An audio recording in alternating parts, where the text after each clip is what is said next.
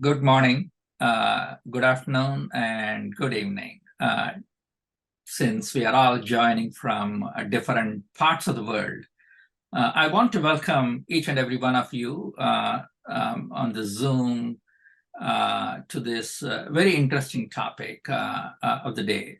Can we eliminate cervical cancer in India with three very distinguished panelists? As some of you know, cervical cancer is the fourth most common cancer in women worldwide. In 2020, for example, it was estimated that around 604,000 women were diagnosed with cervical cancer, and about 342,000 of them have died. Every year about 124,000, or as we call it, 124,000 new cases are diagnosed in India. About close to 80,000 of them, about 78,000 of them die from cervical cancer. But the fact of the matter is, up to 93% of the cervical cancers are preventable through HPV vaccination, as an example. And with other screening strategies where tremendous advances have been made, we could eliminate any morbidity and mortality due to cervical cancer. I mean, that the promise is there. In fact, some have argued that the introduction of HPV vaccines has been a game changer for the prevention and elimination. And by targeting the most high-risk HPV strains, these vaccines effectively arm the immune system against the virus, preventing infections that often lead to the development of cervical cancer. In fact, in Australia, where they introduced vaccination, HPV vaccination, in 2007 among girls and 2013 among boys, several studies reported demonstrated that HPV infections have fallen and HPV-related diseases have gone down. In fact, some argue that Australia is on track to eliminate cervical cancer by 2035. So, and then there are a number of advances, as I said, on screening, both conventional techniques as well as new techniques. And India has been in the forefront of adopting some of them. And in fact, what you have today is an extremely distinguished panel of researchers, clinicians, and public health experts who will walk us through the landscape of cervical cancer in India and strategies to eliminate cervical cancer. So this webinar will include discussions on the development of the vaccination, its introduction in India, socio-cultural issues in regard to cervical cancer, interventions, and other innovations. My name is Vish Viswanath, and I want to welcome you to this webinar being organized by the Harvard Chan India Research Center and Project Censure. I am the Lee Kum Kee Professor of Health Communications at Harvard School of Public Health. But I also wear another hat, which is as a director of the Harvard Chan India Research Center. It is the first global center of the Harvard School of Public Health, established at the end of 2015. The center has three strategic goals of research, teaching, or capacity building, and translation of evidence into policies and programs and public education. And today's webinar is an exemplar of that. The center provides a platform to faculty to facilitate faculty exchange and promote partnership between institutions in India and in the US. And this is also sponsored by Project Censure, which stands for Science and News Communicating Health and Research. It's aimed at building capacity among decision makers and journalists to draw on the latest science and data to shape public knowledge, attitudes, and policies on public health. In fact, as a part of the project, we have trained more than 200 journalists, health journalists in India, as well as more than 220 decision makers, including IAS officers.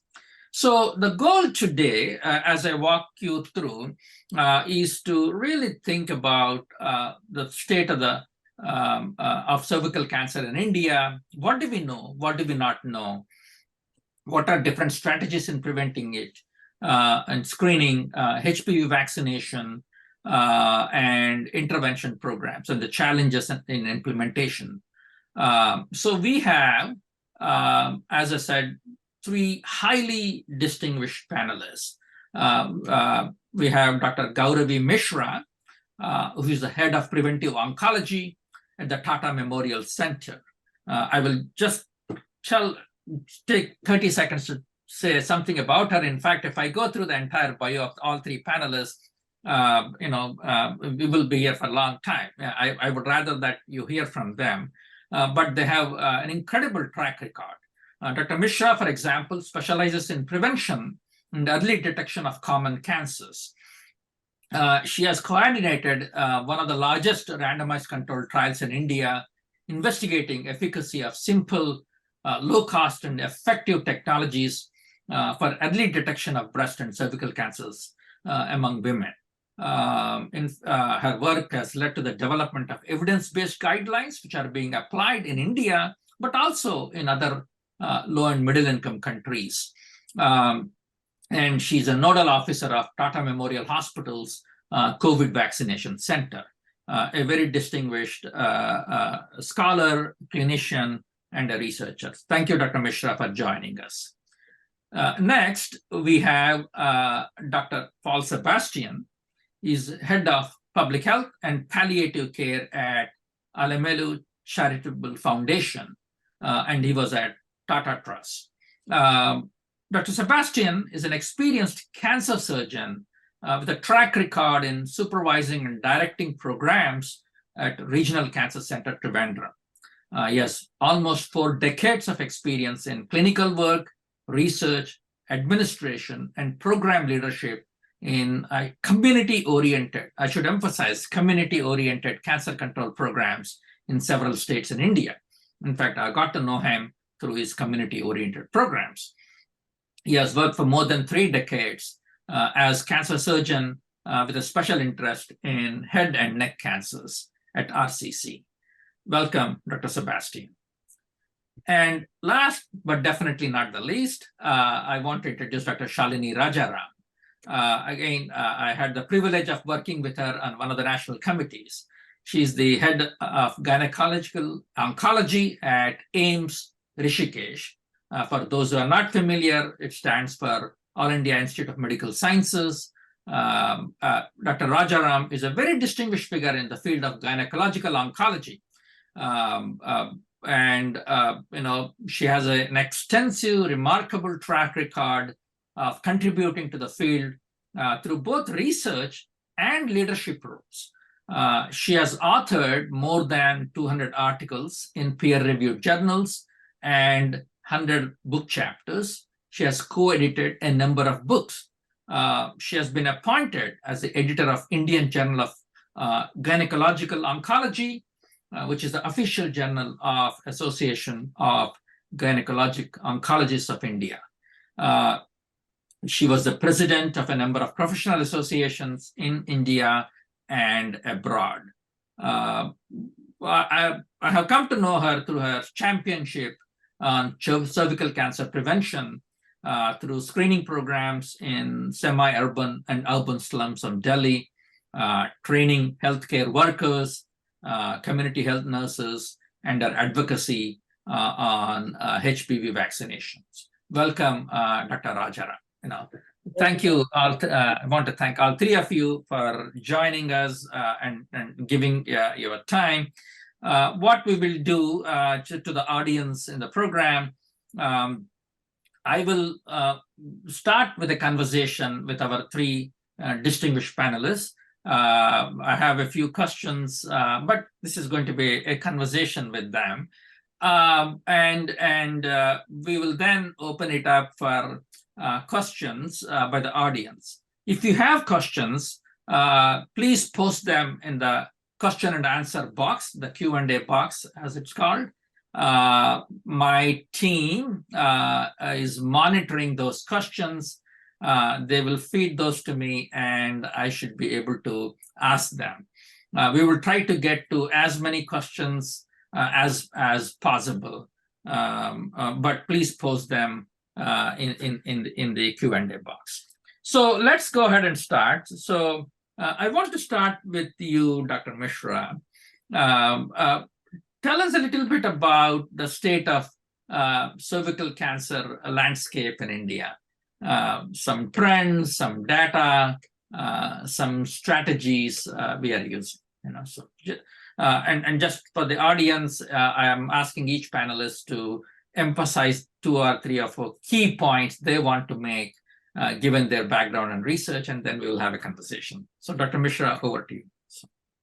Thank you, Dr. Viswanath, for the kind introduction and for posting this question.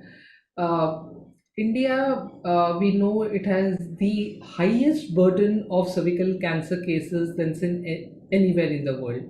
Though if you look at the age standardized rate, then maybe there are some countries which have higher age standardized rates. But in terms of the mere population size, we have 1/5 of the global burden of cervical cancer cases. That's 1/5 burden in only one country, and that's India. And this is really something which is unfortunate, for the reason that we have such good measures of both primary prevention, secondary prevention, and tertiary prevention, all 3 levels of prevention available for cervical cancer. We exactly know the cause of it. We have completely understood the natural history of the disease, and yet we have the highest burden. And of course, globally also, it's the 4th most common cancer, and in India, it's the 2nd most common cancer among Indian women. And this scenario, I think, needs to be changed. It can be changed if we implement the already existing operational guidelines that are there in place. If coming to India, just to give a statistics, it's very diverse. I mean, there are cities like Mumbai which have age standardized rate of just 8.3, and there are places like in West Arunachal Pradesh where you see incidence of 27.7. So it's very diverse, but everywhere what we need to note also is that the cervical cancer incidence is going down. Whichever population-based registry we see, in most of the population-based registry in our National Cancer Registry program, we see a decline in the cervical cancer rates, though we actually do not have a population-based screening program being implemented at the ground level. It's more on papers, and we don't even have an HPV vaccination program in place currently. That doesn't mean we need not have it. Of course, we need to have it and get down the cases to as low as possible. But the good part is that we are seeing a decline in most of the population-based cancer registries across India. That's a positive sign. Mm-hmm. Thank you so much. I want to come back and pursue a couple of points you made, but I want to go to Dr. Rajaram next. Dr. Rajaram, you have been a leader in 2 areas. I want to intentionally draw attention to the not just your clinical and research work, but you have been an advocate on these strategies at national level, using your expertise as a voice to raise some of these policy issues around vaccination. So please go ahead and what is it? What are the 2 or 3 things we should know? I think one, as the Gauravi said, the population of India is very high. If you're speaking of Australia, Australia has a population of 24 million, and Delhi alone is 35 million. So we have 57 Australias, which make one India. So I think the numbers are really high, and that may be a problem, but there is a buzz about cervical cancer elimination everywhere. The government is very proactive, and I think the vaccine, I think we should be proud that India has produced Cervavac, which is supported by the government of India, which has been funded by the government of India. So we have a rosy picture, I think, looking ahead, because we do have the vaccine in place. And advocacy, if I talk about AOG in India and also being a leader in a leadership role in other organizations, the gynecologists across the country, and in fact, even Foxy has taken it up in a big way to educate gynecologists to promote on the science of the vaccine and the safety of the vaccine and the counseling aspects and all, which are so very important. And I also wrote a concept note for the Uttarakhand government regarding how we should go about the vaccination, because Sikkim is a success story in India. Sikkim started off in 2018, and they covered, I think, 25,000 girls, and they're able to sustain it. And probably earlier they started with Gardasil, which they got it from Gavi at $4 or $5. And now they will probably change to Servavac. So Sikkim is one state which has actually shown that it can be done, but they had a very strong political will. There was a collaboration between the school or the education department and the health department, because it was a school-based program. And the communication strategies were very good.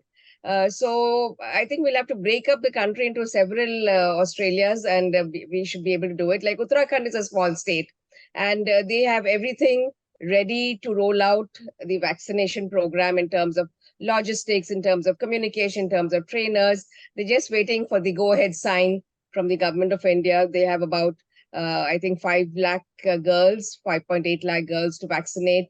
That is 9 to 14 in the first 1 or 2 years, and then every 9-year-old will get vaccinated. So the advocacy is there. Everybody is waiting for it to be rolled out, because the cost is still an issue. So once the cost comes down, like hepatitis B virus vaccination, which now everybody gets now, I don't think it should be a big problem to roll it out. And yeah, everybody talks about it. There's a buzz about it. There's a lot of enthusiasm, a lot of excitement. And the government of India definitely has invested greatly into this program. So I'm sure we're going to, in next 2023, 2024, 2025, it's going to be introduced in a big way, because there is a white paper document, or there is a document regarding on the rollout of the vaccine too. So there is a buzz, there is this thing. So I think we should be able to, in terms of, yeah. Thank you. I want to again come back to the vaccine issue shortly, and I have a few questions. Obviously, it is of considerable interest to me. But before we get into the details of these questions, Dr. Sebastian, you have been involved a lot in community-oriented prevention programs, and in addition to your clinical expertise, do you want to tell us what are the 2-3 things we should definitely know about cervical cancer in India? Yeah, as pointed out by Dr. Gauravi Mishra, cervical cancer is a major problem in India, although the rates are declining, and it has declined substantially from the 90s to now, when initially the rates were something like 32 age-adjusted incidence rate. Now it's about 11 or 12 for the whole country. But we should not be complacent about that, because there have been other countries which have shown such a trend and then shown an increase. A typical example is China. China dropped down its incidence rates, and now it's on the rise. Well, various reasons are postulated for that. That's a different issue. But what I would like to say, with my experience traveling around the country in the last 5 years as part of the Tata Cancer Care Program, is Tata Cancer Care Program has been associated with working with the government on cancer control in many states. And my travels around the country has pointed to me several things.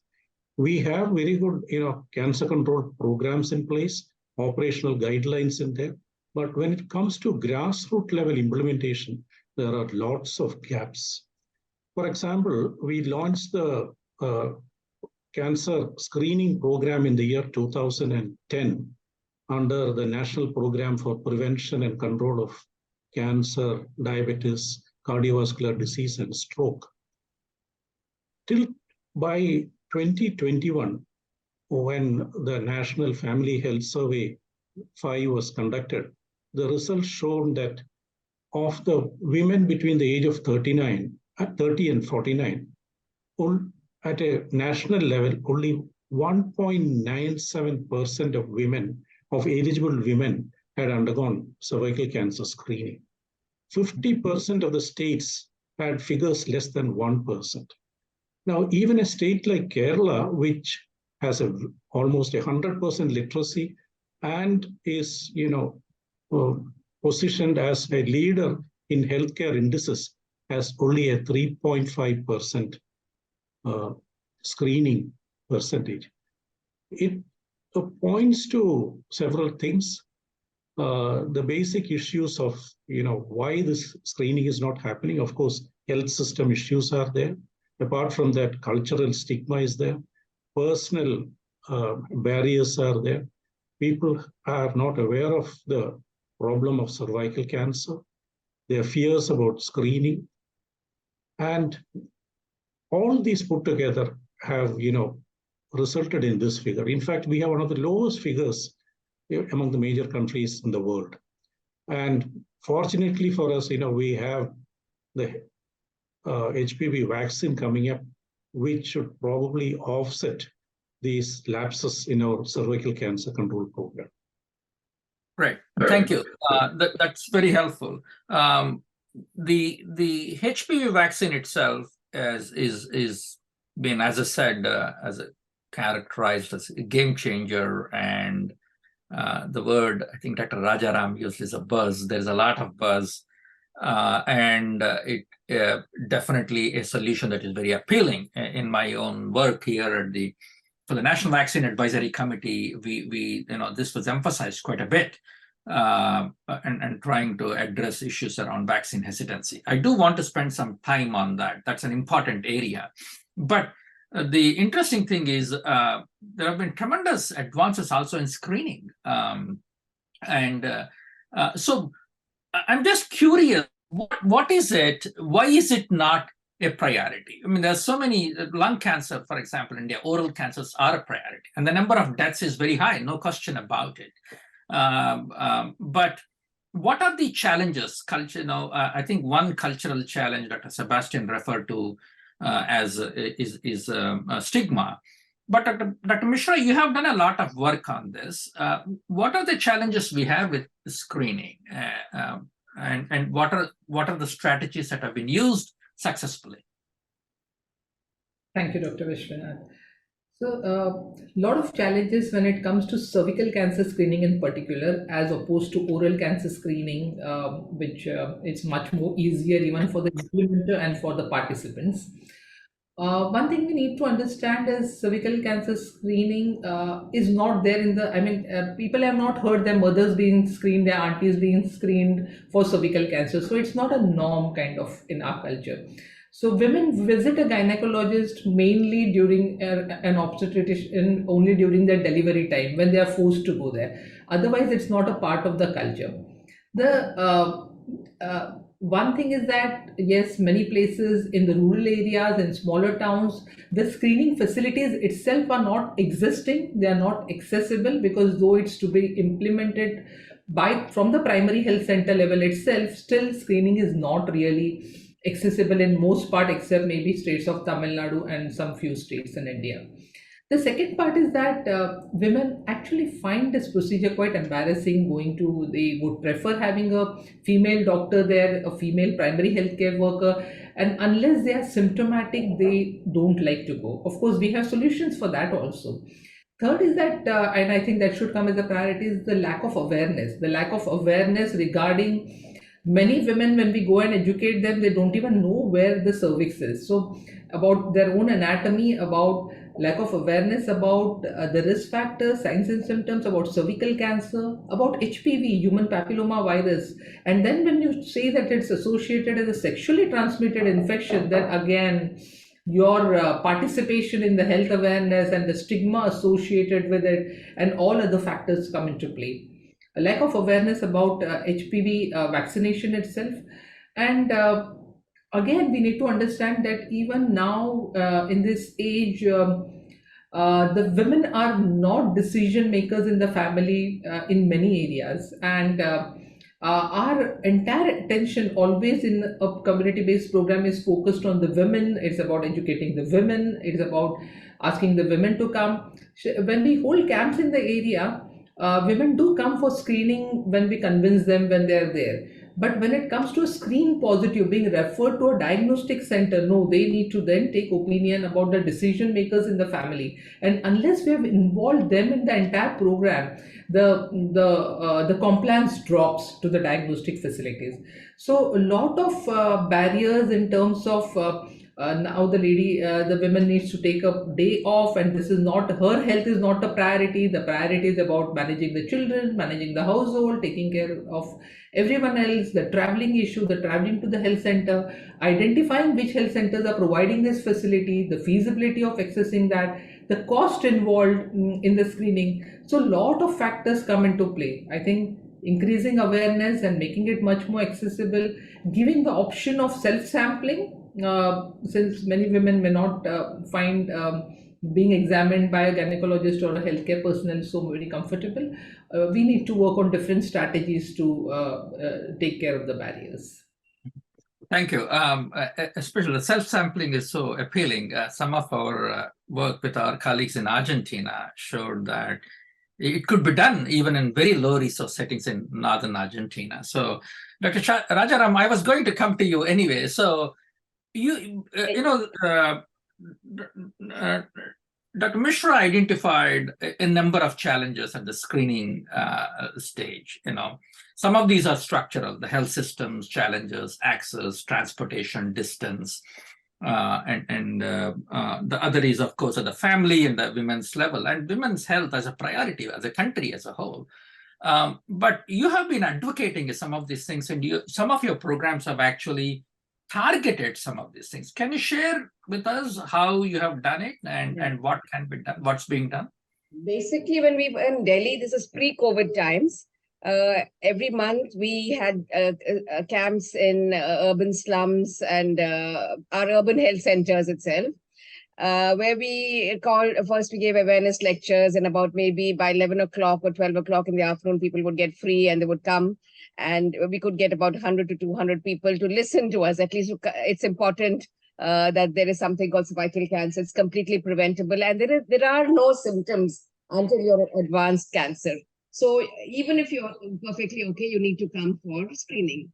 But it was not so easy doing it in these urban slums, and where we took maybe a school room or a community health center. There was the facilities were very, very poor. Even a light source, we use our mobile light sources to do a screening. And however, even if there was a big team, we could screen at the most 50 to 60 people in a camp. That was what I saw. That was a problem. Like even doing a VI, a simple test like a VI needs some infrastructure. You need a good light, you need some instruments, you need a privacy, you need a table. So like self-sampling is definitely something that can be done in the privacy of their homes. That was one aspect. Then when we are in a tertiary care center, even in a tertiary care center, when we look back and looked at our records, only 10% of eligible women were being screened, or less than 10%. We have our OPDs running every day. We have people between 30 to 65 years or 30 to 49 years. So we had a WHO CRO study on how to improve screening in a tertiary care facility itself. So we went through various stages, some intervention stages of putting out posters, increasing the counseling, and telling everybody in each of the rooms, we have 5 or 6 rooms running simultaneously, that they should be screening all women who come there, but nothing really helped until we had a separate room. We had a separate staff nurse who we had trained these staff nurses for counseling and VIA testing. So the patients will go directly from the registration desk, people who were eligible between 30 to 65 years, and they would go directly to the VIA room first and get a screening done, and then go to the other room. So that way we were able to increase it to 60 to 70%. This is in a tertiary care hospital where we think that everybody gets screened, but in a busy setup, nobody gets screened. So that was one intervention we did, we've started the nurse-led initiative. So the nurses have been trained by us. We've trained about 125 nurses all over Uttarakhand. And we've also trained our own AIIMS Rishikesh nurses. So this was one intervention, having a separate room, having them to counsel the patients and doing the VIA. And then since we were all around, anyone who was positive, the gynecologist was called And either we took a biopsy or we did the colposcopy at the same sitting, or we did the treatment at the same sitting. But doing it in these small camps, doing 50 to 100, it's impossible to do more than 50 to 70 in a day. It's just not possible. And if the urban slums, like Dr. Sebastian said, there's a big gap. Maybe sitting in AIIMS Rishikesh, I have some facilities, but if you just go down even to the health centers looked after by the University College of Medical Sciences in Delhi, was in shambles. So, and for this, you need some kind of privacy. You definitely need some infrastructure. So it's, and less than 2% is the screening rate in India. Less than 2%, I think, is the screening rate in India. So these are definitely challenges which have to be overcome, and you have to be overcome by maybe more newer tests, modern tests, self-sampling. I think these are things that might take care of. I want to come back to a couple of points you raised, but one thing that keeps coming up in the conversation so far is this issue of two issues come up. I think one is the health systems level challenges themselves, but also the disparities across the country. So we have Sikkim or Tamil Nadu, and then we have Northeast and other places where there are tremendous disparities. The screening rates are much lower. Dr. Sebastian, you have done a lot of work on the infrastructure side as a part of the Tata Trust and other programs. What are the challenges at that? You alluded to implementation too. Of course, there are challenges. And what are some of the challenges you've experienced, and how did you overcome them? Yeah. The public health program of the Tata Trust has been, centered around the hospitals, the network of hospitals Tata Trust is building across the country to provide accessible and affordable care. So more than 20 or 22 centers are being built. Few of them are operational. So right from the beginning itself, as was the vision of the chairman, Mr. Ratan Tata, that prevention and early detection plays an important role in cancer control. So as a policy, we decided that the district in which that hospital would be placed would be considered as a catchment area for that, and then slowly fan out to the adjoining districts. So considering that, we set up a program in which we partnered with the national. Now, Tata Trust is a relatively small organization compared to the government setup. So the government runs that flagship program, which is now called the NPNCD program. So we partnered with the government to support the program. And we found the major lacunae was inadequate training of the healthcare workforce. As part of the operational guidelines, training was prescribed and they have undergone the training. But what I've learned over the last 5 years is most of the training is theoretical. That does not give them the confidence to carry out the tests, especially when it comes to cervical cancer. Although the government has adopted a very cost-effective and simple test for cervical cancer screening, which is a visual inspection with acetic acid, training healthcare workers to perform a speculum examination is itself a big challenge. And the next biggest challenge is interpreting to read the findings of that, because there's a whole lot of subjectivity centered around them. So this was a big challenge. So Tata Trust ventured into supporting the government in training them.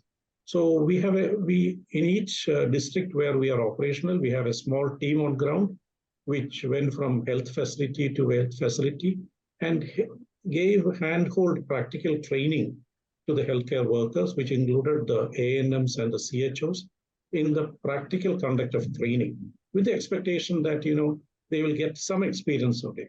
To be honest, I'm not 100% happy with the feedback I have received. We have given the training, some of them have got experience, but the overall uptake of the program has not been as much as I would have expected. So that is one of the problems which I found. The second biggest problem, which was alluded to by Dr. Gauravi Mishra, is there is no provision for continuum of care in the government program.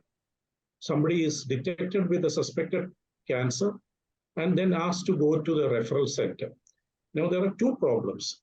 One is there is no continuum of care. In Tata Trust, we took a definite decision that we'll deploy patient navigators. And these patient navigators would be deployed at the referral center. They coordinate with the local ASHA worker as well as the patient and manage to bring these suspects to hospital. I can say with satisfaction that in our program, having screened more than almost 2.5 lakh people, of the suspects, we have been able to reach 70% of them to hospital, which is a very good figure compared to figures from other parts of the country, which don't exceed more than 20 or at the most 25%. Now, continuum of care is one aspect. The next biggest problem is our referral centers don't have the capacity to manage these suspects, whether it's a district hospitals or other general hospitals or even many of the medical colleges. They don't have the basic facilities to manage them. So when it comes to cervical cancer, the next step would be to do a colposcopy and then, if necessary, to do a biopsy. And if biopsy is negative, to do, if it is a CIN lesion, to do a thermal ablation. Thermal ablator is a small piece of equipment, not very expensive, but I really wonder how many medical colleges in our country have a thermal ablator. So these are some of the real ground challenges I have seen in the implementation of cervical cancer screening.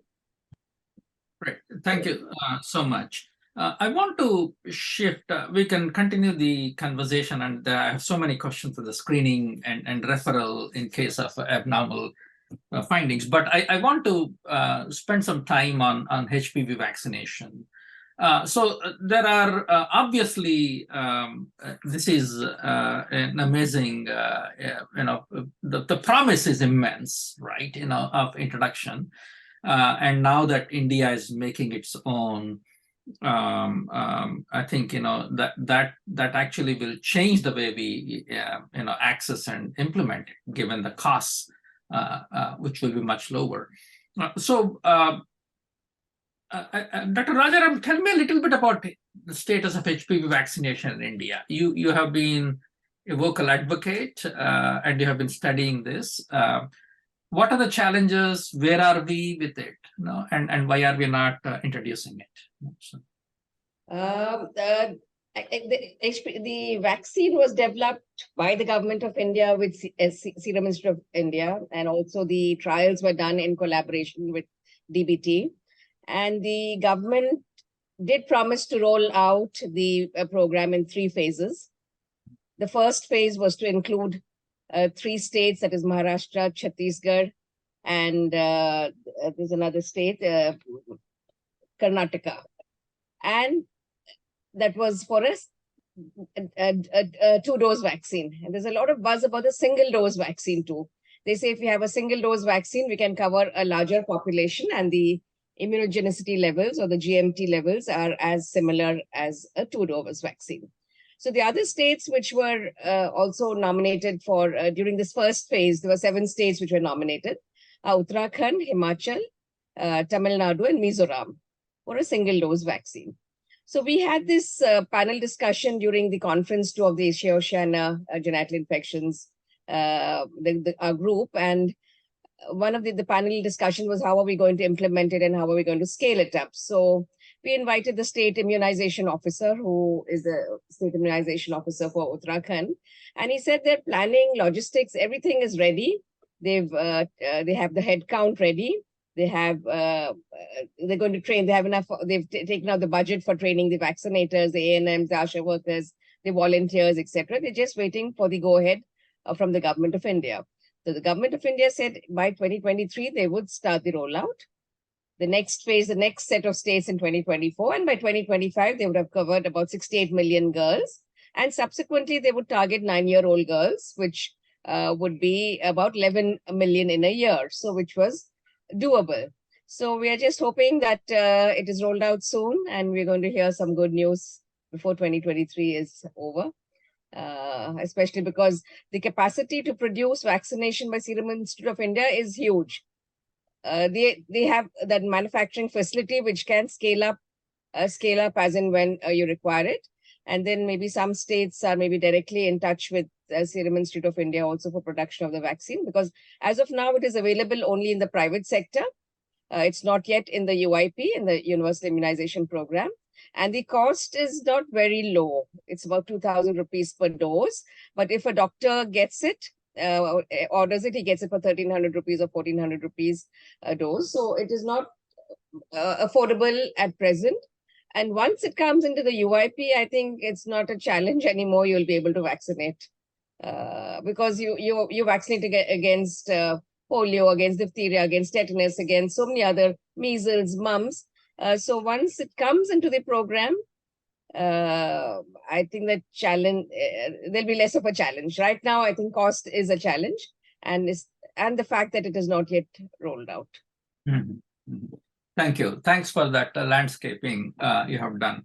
Dr. Mishra, I was thinking as Dr. Rajaram was narrating the position in India, the status in India, situation in India. Just before I ask you the question, I'm going to ask, I'll shortly go to the audience questions. So if you have questions to the audience, please post them in the Q&A box. Not in the chat, but in the Q&A box. One of my team members is monitoring it, and I'll get to the audience questions in shortly, in just a couple of minutes here. Dr. Mishra, there are two things that people often talk about. One is HPV vaccination. Sometimes people think HPV, vaccines and cervical cancer is not a priority. It will go down. I have heard people say that, including very prominent oncologists, which I won't name names, but what are the challenges here? So in introducing a vaccine, is it we are ready, it looks like, from what Dr. Rajaram is saying. I understand it is somewhat expensive now, but compared to the global vaccines, it's relatively less costly. It looks like the systems are being set up. What's stopping us, and how will it affect screening? Some have been asking that question. How will it affect screening? So, thank you for that question. One thing we all need to remember, that screening needs to continue. We need to go ahead with the vaccination, but that doesn't rule out screening. Screening needs to continue, and of course, we are very, very low on screening. We need to enhance our screening capabilities and roll out that. And as we are looking at HPV vaccination, and once it is incorporated in the universal immunization program, I see a lot of these barriers fizzle out on its own, because once it's there in the UIP, people accept it, and the cost goes down and other things are taken care of. But currently, yes, it is expensive. That is only one of the barriers. There are several other barriers. Currently, the awareness itself regarding cervical cancer, regarding HPV vaccination, regarding the HPV, human papilloma virus itself, is very low in the population. And again, when you talk about HPV and it being associated as a sexually transmitted infection, there's stigma associated with it, whether it's only for the sexually promiscuous females or it's for everyone. And then there are barriers at several levels, and parents are still worried about what would be the side effects in terms of short-term side effects, the long-term side effects of the vaccine, and why is it only for girls?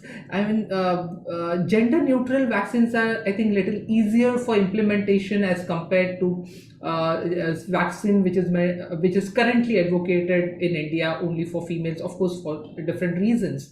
And there are a lot of parental barriers also in terms of hesitancy for vaccinating the girls, and hesitancy in discussing with the girls regarding the sexual health and sexual debut and why the vaccine is necessary, about cervical cancer. So there are parental barriers as well.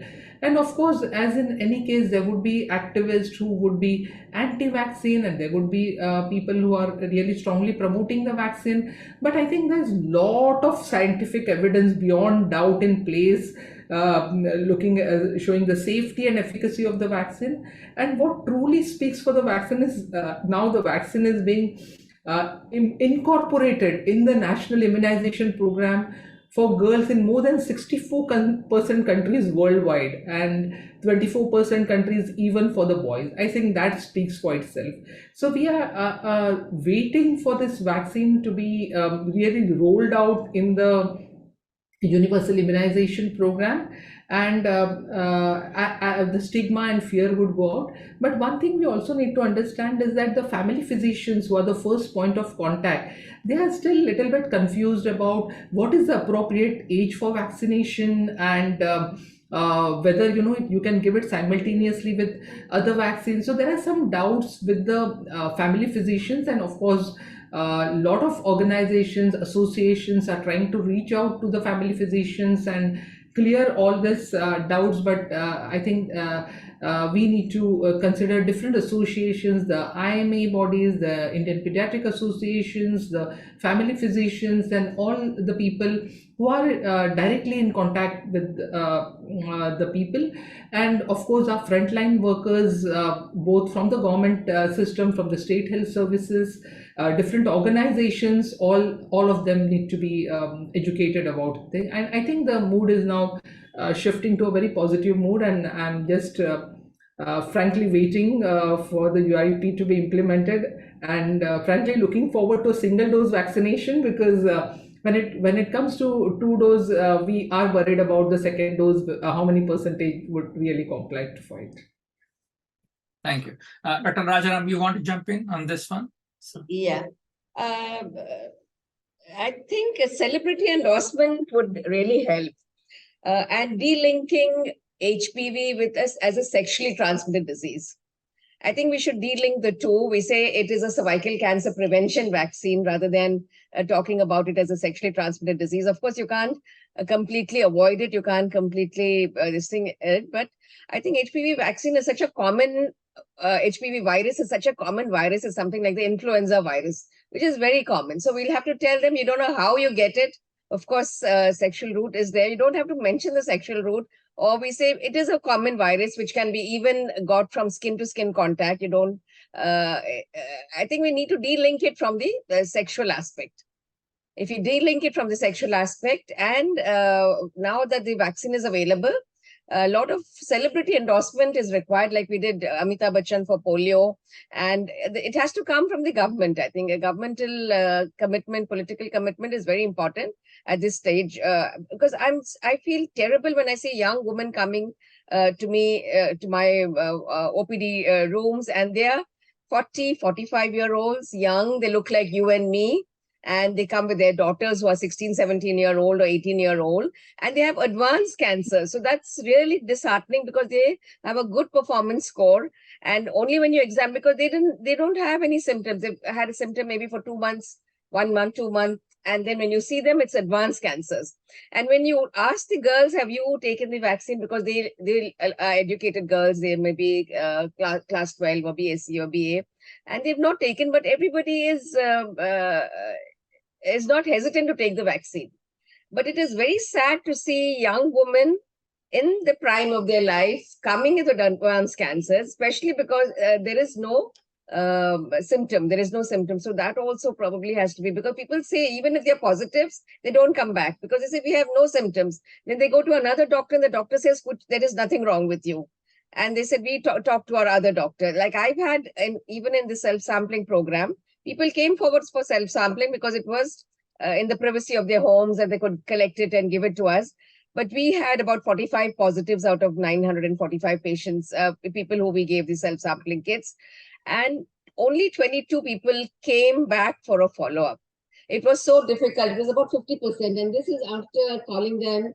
And like you said, family support is not there. The whole family came one day. The son, the husband, and they were all, they said, okay, we'll come back. And they never came back. And she had HPV 16 positive and she had a cancer. So Dr. Sebastian said 70% for going back to getting treatment is good. But even treatment of pre-cancers is difficult. So that's why primary prevention is important. Pre-cancers, it's not that it's easy. Especially, okay, maybe if it is a CIN1, we don't even treat because they say that it disappears in maybe 70-80%. It's CIN2 and 3 that we need to treat. You have to be very sure you treat the entire transformation zone. You have to be very sure it can extend over a large area of the cervix. It is not easy to treat.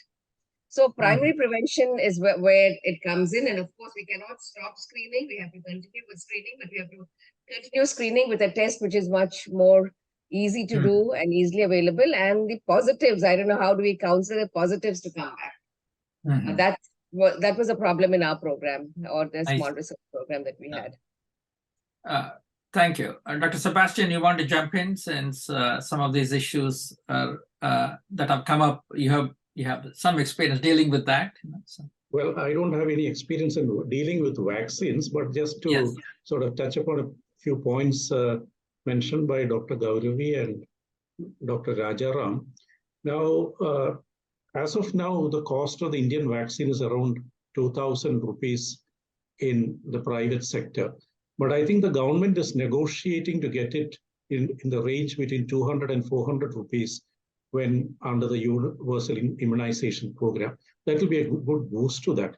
And anyway, the the universal immunization program of India is time tested. It's the biggest vaccination program in the country. And the government spends more than 7,000 crores every year on that, covering more than 14 diseases. And it annually prevents about 10 lakh hospitalizations. So it's a great program. And once, as mentioned, once it's done through that, it's likely to take off very well, provided our messaging goes very well. So messaging to the recipients, to the parents, to the teachers, to community influencers, GPs, gynecologists, pediatricians, politicians, media, all these have to be done very carefully. I have, thank you. I have two issues. We are running out of time here. I do want to get to both of them at the very least. So one of them is to do with drawing on the success in India. India vaccination is a major success story. Polio has been eliminated. Other countries have emulated India and India's experiences. One of them is a community mobilization strategy, how successfully it's just not from the top, but also grassroots mobilization that got people to get vaccinated. What lessons can we draw from that experience to apply to HPV vaccination? Maybe Dr. Rajaram, you want to jump in? And I think the public health specialist should jump in here, Gauravi or Dr. Sebastian. Okay, we'll have Dr. Mishra jump in. So. Yeah, a lot of lessons. Actually, we did the COVID vaccination very successfully, and of course, when the MMR was introduced in between as an extra dose, we did it very successfully. So I think we are good in our vaccination, in our cold chain management, and other things.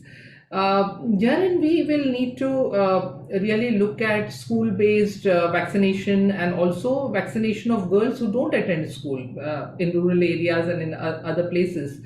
And we have seen that when it comes to implementation of public health program, when we mobilize the community, when the mood comes in the community, and when the entire community is mobilized through different channels, there is media exposure, there is a political will, there is messaging from the family physician, and there is messaging from everywhere.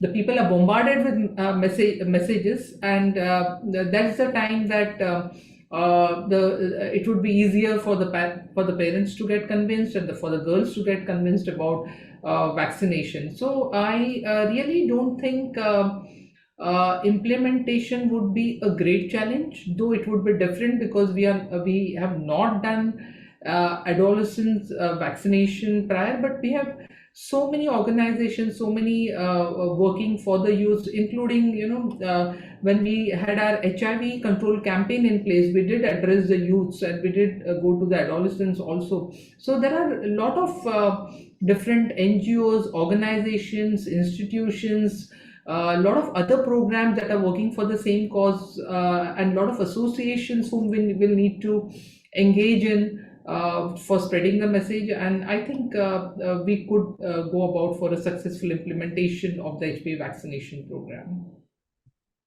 Thank you. Sebastian, what do you think, given what you have done on this? I think I agree with Dr. Gauravi Mishra that the vaccination program would be successful. But we have something in place, the program conducted in Sikkim and also in Punjab as well.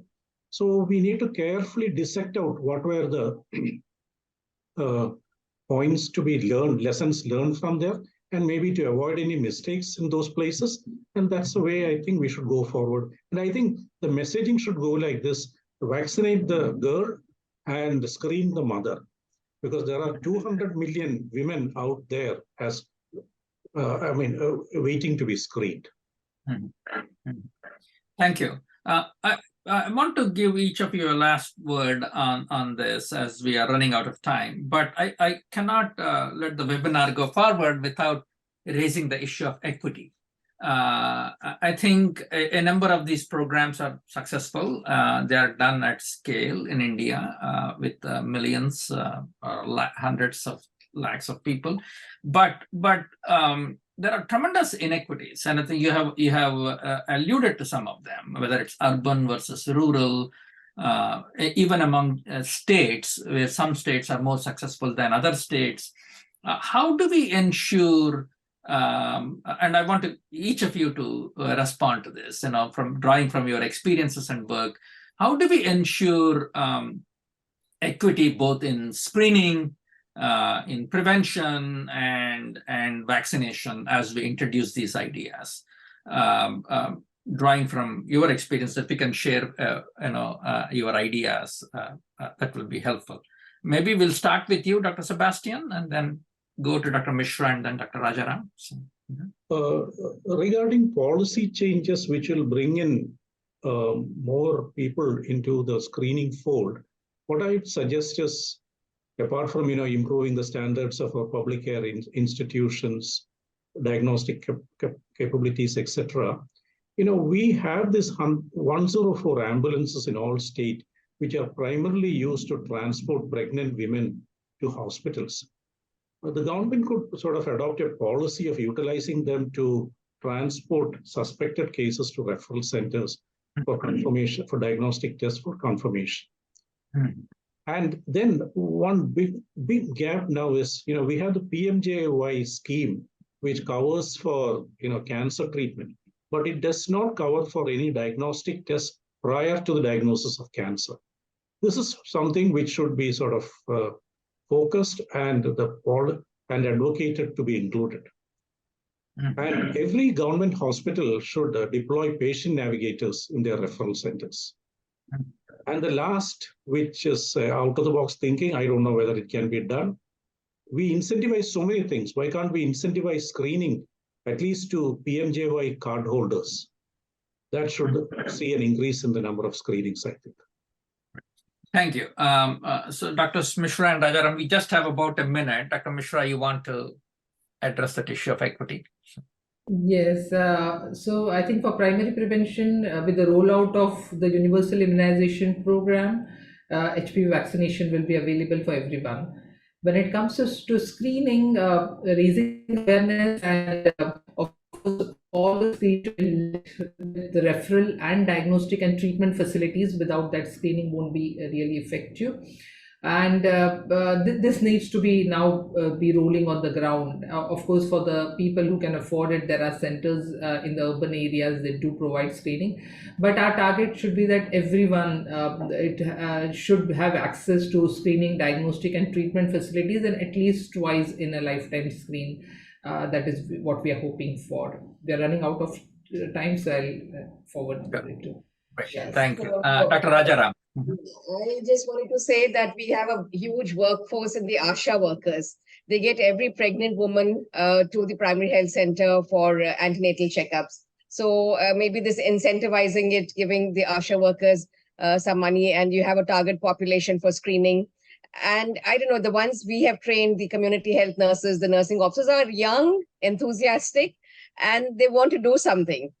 So we have to use this young force that we have in the country to mobilize through ASHA workers. The screening can be come down to the level of the paramedical workers. It doesn't have to be done by doctors, but has to be there at least the basic, the VIA, the colposcopy, thermal coagulation should be there. Maybe for LEAP, it can be sent to gynecologists, and every primary health center does have a gynecologist. They have to be trained. Colposcopes are there in every district hospital, which are lying unutilized. And so we have a workforce, we have a young workforce, we can mobilize them. So screening should be done through. I think ASHA workers can be incentivized to get these women for screening to various health centers, including treatment. Like there should be a continuum of care. Not only screening, if they're positive, they have to be, take them to the referral centers. And of course, UIP will help the vaccination program. The Great. UIP would help, and a single dose vaccination maybe. Wonderful. Thank you. On that optimistic note, we'll bring this webinar to an end. Let me first thank the audience for your questions. I'm sorry we couldn't get all your questions, but we try to incorporate them